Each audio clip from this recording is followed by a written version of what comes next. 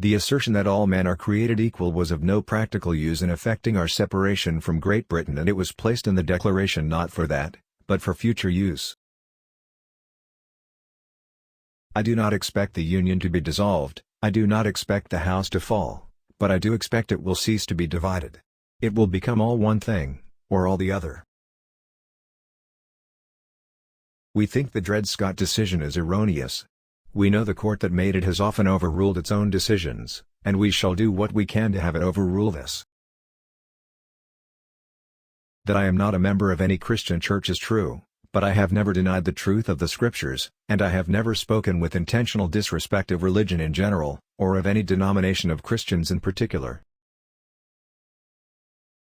Republicans are for both the man and the dollar, but in case of conflict the man before the dollar.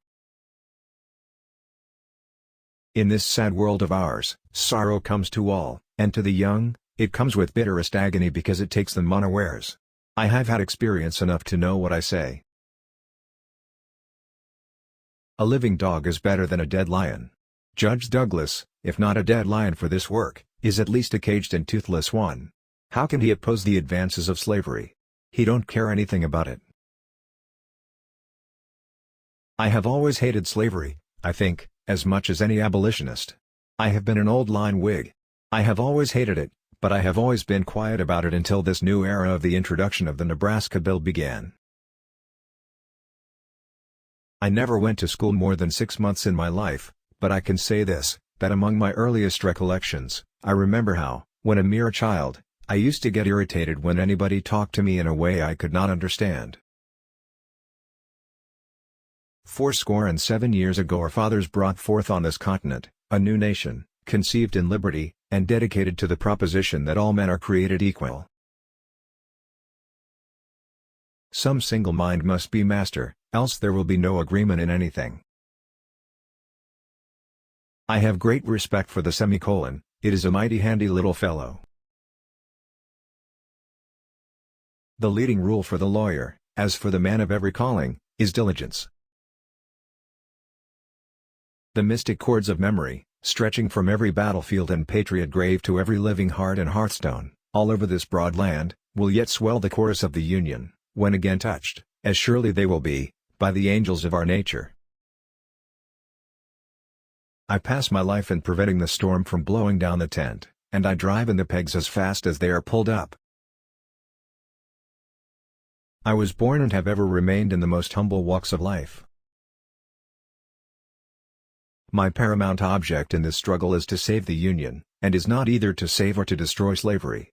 If I could save the Union without freeing any slave, I would do it, and if I could save it by freeing some and leaving others alone, I would also do that. Hold on with a bulldog grip, and chew and choke as much as possible.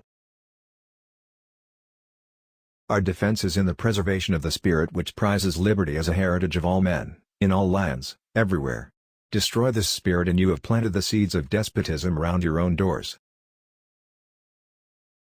I don't know who my grandfather was, I am much more concerned to know what his grandson will be. I hold that while man exists, it is his duty to improve not only his own condition, but to assist in ameliorating mankind. When the white man governs himself, that is self-government, but when he governs himself and also governs another man, that is more than self-government, that is despotism. In giving freedom to the slave, we assure freedom to the free, honorable alike in that we give and what we preserve. We shall nobly save, or meanly lose, the last best hope of earth. I hold that while man exists, it is his duty to improve not only his own condition, but to assist in ameliorating mankind.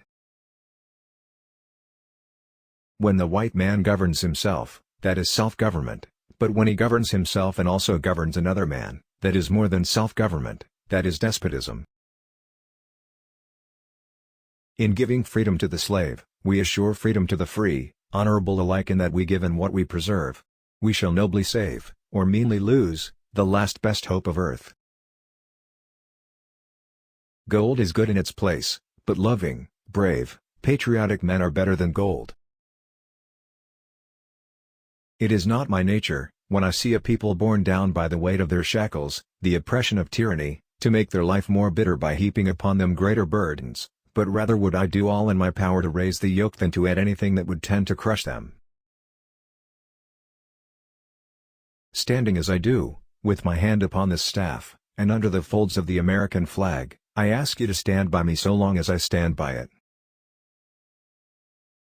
I know that the Lord is always on the side of the right, but it is my constant anxiety and prayer that I and this nation may be on the Lord's side. Public sentiment is everything. With public sentiment, nothing can fail. Without it, nothing can succeed. A man watches his pear tree day after day, impatient for the ripening of the fruit. Let him attempt to force the process, and he may spoil both fruit and tree. But let him patiently wait, and the ripe pear at length falls into his lap.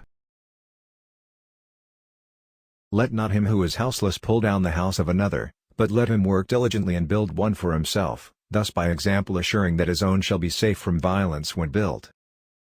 Allow the President to invade a neighboring nation whenever he shall deem it necessary to repel an invasion, and you allow him to do so whenever he may choose to say he deems it necessary for such purpose, and you allow him to make war at pleasure.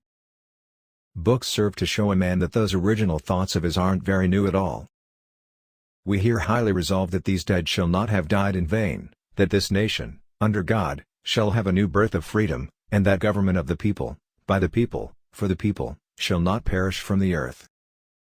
There is no grievance that is a fit object of redress by mob law. I desire so to conduct the affairs of this administration that if at the end I have lost every other friend on earth, I shall at least have one friend left, and that friend shall be down inside of me.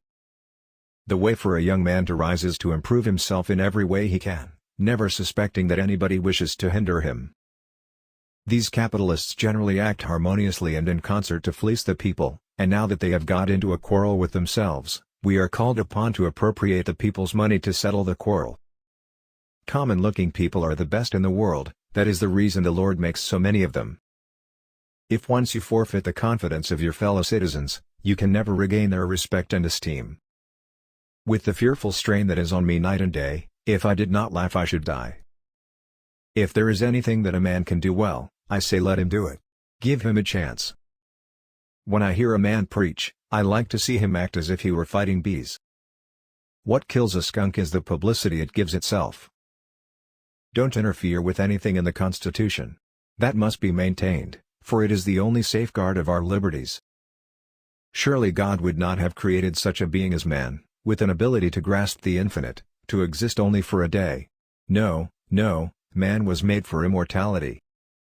I never had a policy, I have just tried to do my very best each and every day. I can make more generals, but horses cost money. I want it said of me by those who knew me best, that I always plucked a thistle and planted a flower where I thought a flower would grow. A woman is the only thing I am afraid of that I know will not hurt me. Discourage litigation. Persuade your neighbors to compromise whenever you can. As a peacemaker the lawyer has superior opportunity of being a good man. There will still be business enough.